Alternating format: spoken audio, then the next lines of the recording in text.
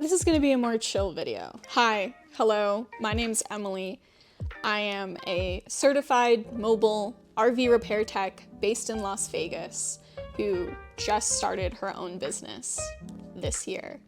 And wowza, has it been a roller coaster. So today, I just wanted to buckle down and talk about what are my goals for this last quarter of the year. What do I want to get done before we kick 2023 out? If you hear noise in the background, it is raining. Every time I've tried to go to film this, the rain starts back up again, and every time I sit down to go do something else, the rain stops. So we're just accepting it and moving on. This video is highly inspired by Hannah Witten. If you don't know Hannah Witten, she is a sex education YouTuber who also has a second channel where she does more lifestyle, organization, productivity content. She started doing these HomeStretch Goal videos a couple years ago where she had just a crazy health year that sort of prevented her from doing a lot of the things that she wanted to do. And so she had a sit down before the last quarter of the year and was just like, realistically, this is what I can do between now and the end of the year just to feel like I have accomplished something this year. And that's kind of a headspace I am in. I have accomplished so much this year, and I keep trying to remind myself of that. Like, I started a business. Something that, like, 2 years ago, I told myself I would never do because I grew up in a household with a mom who had started her own business and ran her own business out of our house, and I knew how much work it was. And now I've just decided that I want that life. So here I am, mildly overwhelmed, but still enjoying life so far. And here's what I want to try to get done between now and the end of the year, if you want to come along for the ride. Starting with YouTube. I would like to get back to posting more consistently on here. I was doing pretty good through June and July, but then August happened. And August just really kicked this house in the nuts. We just had a pretty big family emergency happen. My business also got super busy, and so just some ball had to be dropped in August, and that ball was YouTube. And now that things are finally, maybe, hopefully, getting into a groove again, I would like to get back to posting consistently. Part of that is I would like to get better at planning at the beginning of the week when I'm going to film a video, what video it's going to be, and then when am I going to sit down to edit the video. That is really hard as a mobile tech. At least right now, I'm getting consistent calls every week, but very often I will get to Sunday night and really only have 1 or 2 calls set up for the week. But then by the time Friday has come around, like, my week was booked, or at least very full. And so that means just day to day, I don't know what my days are going to look like. Sometimes I'll wake up and think I'll have a very chill day, and by the end of the day, it's just been frantic. And so in that way, I don't have a ton of control over my time. But I would like to get better at blocking out a time to film a video and not scheduling customers for that time if I don't have to, and moving around that if needed. We're gonna see how that goes. On to the business side of things. I want to try to slowly move my business towards doing more medium to large sized electronic projects. I had a company last month come through, and it was a medium-sized project for me. They were a broadcast company that had a broadcast trailer that they wanted to broadcast out of, and they needed some outlets added in, some breakers put into their breaker panel for those outlets. They wanted some switches and control boxes moved, and then they just needed their entire 12-volt side diagnosed because it was doing some wild stuff, and there were some wild things wrong with it once I finally got my nails and my teeth into the project. And I loved working on that. Personally, electronic projects are my favorite to work on. I really understand electricity and I'm comfortable with it in a way that a lot of people aren't. right now I do such a broad set of things.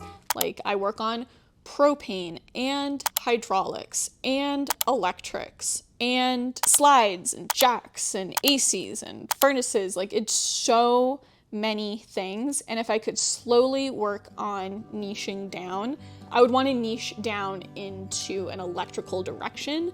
And a way to go about that is solar. I would like to do some more solar jobs. They're good money. They're big projects that a lot of places don't want to tackle because they're so big. And for those of you who don't know, like solar setups give technicians a chance to just have a little bit of design, to design the system not only to be efficient, but also just figure out like how you're gonna lay things out so that they look nice. I'm currently working on another larger electrical project that is eventually gonna get solar added to it. And it's great. I love electricity, which is not something I would have said a year ago. Who am I? And the things I want to do to go towards that are to emphasize solar more on my webpage. So right now, if you were to go to my website, like it's just listed under a menu and it's just in a list of things that I do. So I want to make a separate landing page just for solar installs that people can direct it to and learn more about solar. When I do finish this solar job, I want to just get a ton of pictures and like cool promo video so I have content to put on that site and really pull people in. This isn't to say that I want to like move completely away from the repair jobs, but if I could get one medium-sized electrical project going on each month, and then that means that I could just hit the numbers that I need to make each month money-wise, and then just any of the repair jobs are just icing on the cake, that would be fantastic and mean that I just feel a little bit more secure, because it is a little terrifying every day. Like, are the calls gonna come in? Is this gonna be the week that the calls stop? It's scary. Then we move on to a section that Hannah Winton calls refilling the well. She is, again, an education-based YouTuber, so she's constantly putting information out about her chosen niche, and she actively tries to go out to refill her knowledge base and keep bringing in more information. And that's something I really value. I grew up in a house full of educators. My dad was a science teacher. My mom was the head of an association of statisticians. Like, knowledge and just constantly learning is something that was always really valued in my household. And believe me, the well was filled this year going to the NRVTA at the beginning of the year, but I always just want to learn more. So I recently found that Victron, who's a company that makes solar products like chargers and inverters and MPPTs and things like that, have their own online course where they walk through their product line and how to utilize it to its best potential. And it's totally free and online. So I figured I'm gonna start working my way through that Victron training. I've already done the first video, it was just talking about their inverter chargers and like what the difference is between all of them. I am already solar certified, but I wanna know more. I wanna like have as much knowledge in this and just be able to like spout off. I've already learned so much from that one video I watched. So I want to try to finish out that course by the end of the year. And then you can get a certificate at the end too, and that goes towards your continuous education credits that you need in order to stay certified as an RV tech, which I don't really need anymore. I already have so many for this year that I don't need to think about them again for years, but I love learning. And then that can feed back to, I want to make some more videos for the YouTube channel about solar, so people then associate my business with the solar jobs that I do. A lot of that Victron training is monotonous, so if I can find a way to distill some of the information that I'm learning in that Victron course and make it more digestible, because oh my god, a 30-minute long video just on their inverter chargers was a lot to get through. I'm telling you, man, it was a little bit of a trudge, but I think could be distilled down into a quick and easy like 5-minute version for new people, and then people will know that RV Repair Woman knows about Victron controllers. And then sort of similar on the knowledge side of things, I'm a big reader. My boyfriend and I listen to a ton of audiobooks on top of I read quite a bit, both on Kindle and in IRL paper books.